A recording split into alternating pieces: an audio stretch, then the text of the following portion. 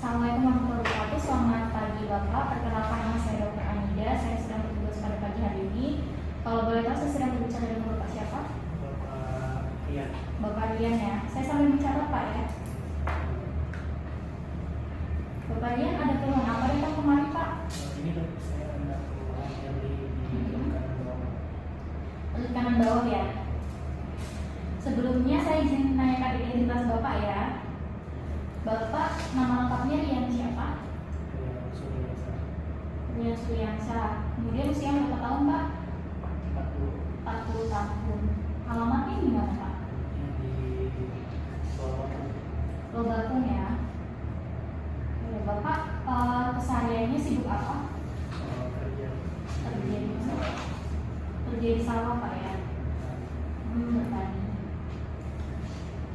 Dari pagi ya Pak, tadi Bapak ada keluhan nyeri di perut bagian kanan bawah, itu nyerinya seperti apa ya Pak?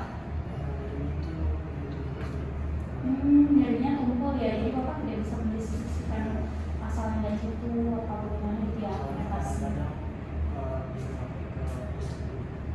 Sampai ke pusat. Kemudian nyerinya itu biasanya untuk yang memperingan atau yang memperberat itu apa ya Pak? Biasanya kalau misalnya bernapas, pas jalan itu makin sakit ya. Kalau istirahat, dibuat istirahat enakan ya. Oke. Kemudian untuk skala nyerinya 1 sampai 10 berapa Pak? 9 ya, berarti sangat sakit Pak ya. Oke, ini sudah berapa lama ya Pak Bapak rasakan? Sekitar 4-5 hari ini ya. Oke, kemudian Bapak biasanya pola makannya seperti apa ya Pak?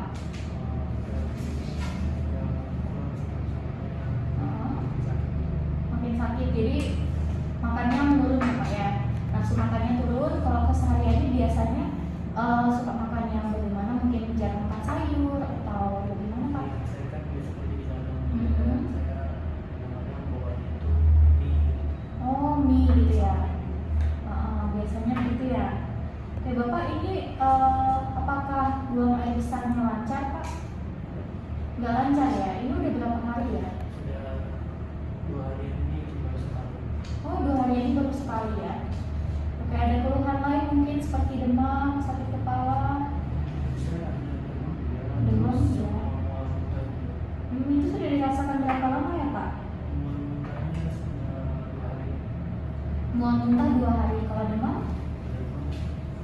Dari pas awal masanya itu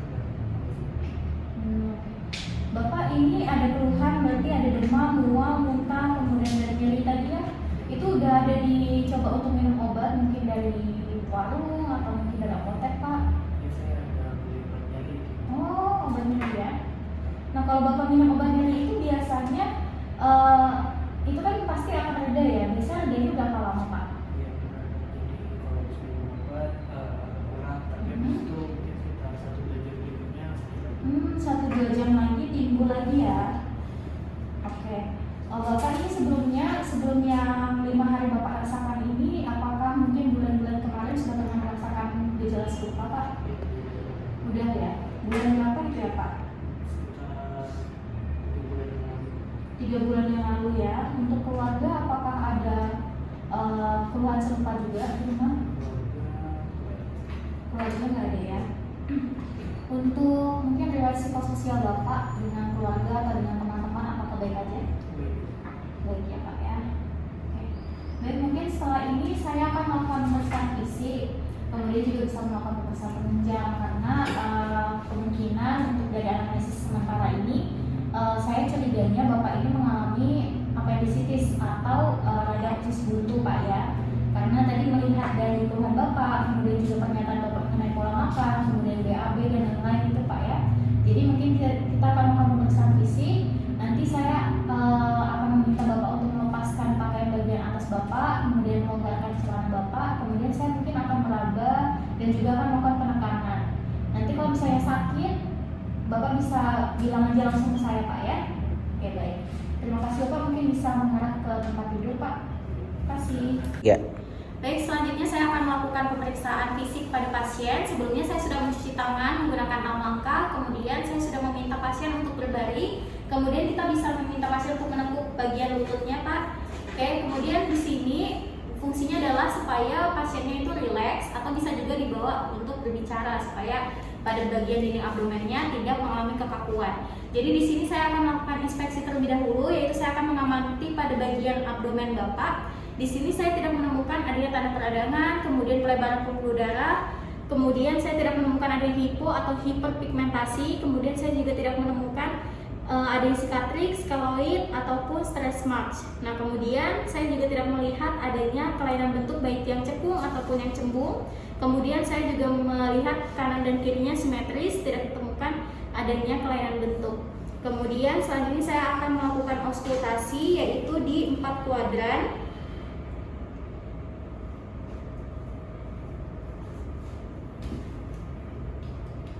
Oke, di sini saya akan auskultasi terlebih dahulu.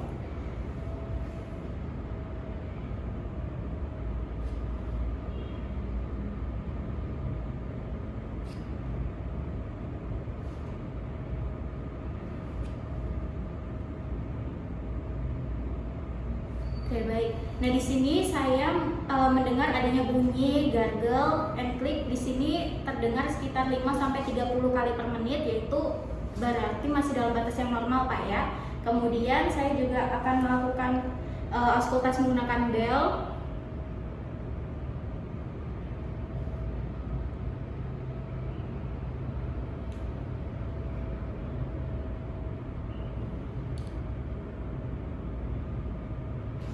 Nah, di sini saya tidak menemukan adanya bunyi metallic sound. Kemudian selanjutnya saya akan melakukan perkusi terlebih dahulu pada 4 kuadran bagian abdomen, timpani, timpani, timpani.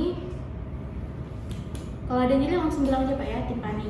Baik, kemudian selanjutnya saya akan melakukan penentuan batas hepar, yaitu dari bawah sejajar dengan umbilikus di mid clavicular line. Timpani, timpani. Di sini sudah mulai terdengar redup.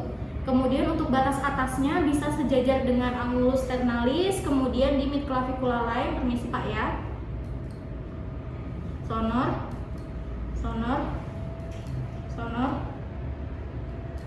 sonor. Nah, di sini mulai terdengar bunyi redup, yaitu sekitar 7-10 cm ukuran normal hepar Bapak ya, atau di sini sekitar 5 jari saya. Nah, kemudian selanjutnya saya akan melakukan pemeriksaan ASI test, yaitu saya akan melakukan untuk yang fluid wave terlebih dahulu. Pasien diminta untuk kayak gini Pak. Iya, kemudian saya akan melakukan tahanan pada bagian lateral abdomen, kemudian mengetuk pada bagian satunya lagi. Ya, di sini tidak ada teraba adanya getaran atau cairan. Kemudian membalasnya lagi. Oke, di sini juga tidak teraba adanya getaran cairan. Kemudian untuk tes yang selanjutnya adalah shifting dullness, yaitu saya akan melakukan perkusi dari bagian medial ke lateral sejajar dengan umbilikus sampai ke axillaris anterior line. Timpani, timpani, timpani, timpani. Kemudian untuk sisi satunya lagi, timpani, timpani, timpani. Ya, jadi kalau misalnya kita curiga adanya ASI test atau adanya bunyi redup, maka kita akan meminta pasien untuk berbalik atau memiringkan badannya. Bapak bisa miringkan badannya ke sini, Pak. Oke, di sini kita bisa melakukan perkusi, bisa sejajar dengan mid clavicular line untuk yang sinistra, kemudian ke medial ke arah bawah. Oke. Timpani sejajar dengan umbilikus ya. Timpani. Nah, biasanya kalau untuk pasien yang mengalami ASI test itu akan terdengar bunyi redup apabila pasiennya dimiringkan. Baik, Bapak kembali ke posisi semula. Oke, selanjutnya saya akan melakukan palpasi. Di sini palpasinya palpasi ringan terlebih dahulu pada 4 kuadran. Kalau ada nyeri bilang Pak ya.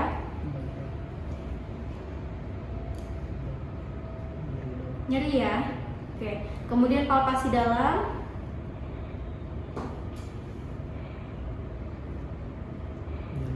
Nyeri ya. Nyeri juga. Oke. Kemudian selanjutnya saya akan mempalpasi pada bagian hepar. Saya akan minta pasiennya untuk menarik nafas, kemudian ditahan dulu Pak ya. sampai saya berikan aba-aba. Tarik nafas Pak, tahan. Oke, di sini teraba adanya hepar, kemudian buang nafas Pak. Oke, di sini tidak ada terabanya hepar, artinya tidak ditemukan adanya hepatomegali. Kemudian selanjutnya saya akan melakukan palpasi renal. Di sini saya metodenya mengait. Jadi saya kait ya Pak ya. Tarik nafas. Oke, tahan. Oke, di sini hembuskan lagi Pak. Oke, tadi teraba adanya renal, kemudian ketika dihembuskan tidak teraba adanya renal, artinya tidak adanya pembesaran dari renal atau ginjal. Kemudian untuk yang lien, di sini saya memeriksanya dengan potongan oblik oblik dari umbilikus atau pusar. Di sini saya akan melakukan palpasi. Tolong tarik nafas, tahan lagi Pak ya. Oke, tahan. Nah, di sini buang lagi Pak. Tidak teraba adanya lien, artinya tidak ada pembesaran lien. Jadi untuk penilaian pembesaran lien ini sendiri menggunakan metode Schaffner, yaitu dengan poin 0 sampai 8. Untuk nilai 0 itu normal, untuk nilai 4 itu biasanya pembesaran lien sudah mencapai umbilikus atau sejajar maupun melewati umbilikus. Kemudian untuk nilai 8 itu biasanya sudah sampai ke sias atau spina iliaca anterior superior. Nah, kemudian selanjutnya saya akan melakukan tes penekanan pada McBurney.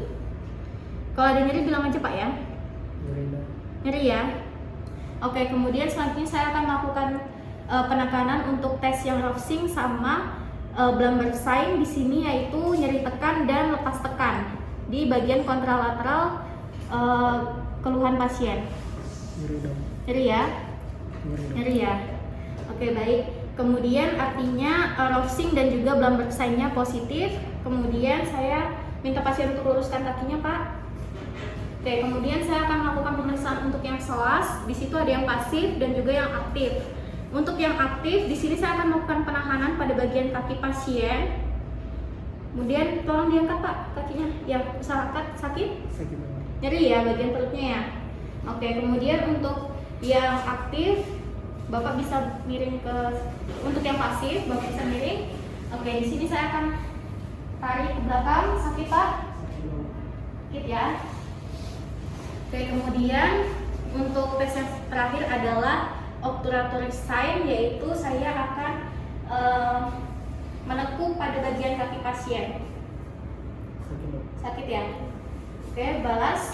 Sakit juga. Oke, baik. Kemudian selanjutnya saya akan minta pasien untuk batuk untuk mengetahui apakah terdapat dumpy sign. Tolong batuk Pak. Sakit saat batuk? Sakit ya. Oke, baik. Selanjutnya ini kita bisa kembali ke meja pemeriksaan Pak ya. Bapak bisa gunakan lagi bajunya. Saya tunggu di meja Pak. Terima kasih. Halo. Ya, baik Bapak. Jadi setelah kita lakukan pemeriksaan fisik tadi, semakin kuat untuk saya menyatakan Bapak itu mengalami radiosis buntu atau apendisitis akut Pak ya.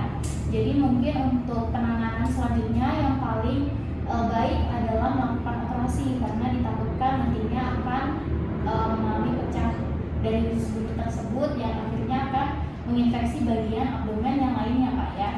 Jadi untuk sementara keluhan-keluhan Bapak seperti demam, mual-muntah mungkin akan saya berikan obat.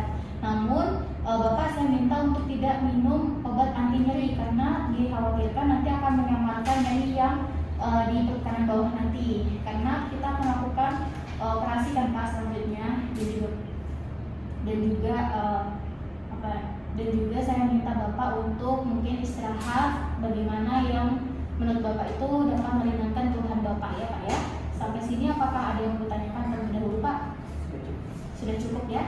Baik, terima kasih banyak ya Pak ya. Semoga lekas sembuh Pak ya. Selamat siang.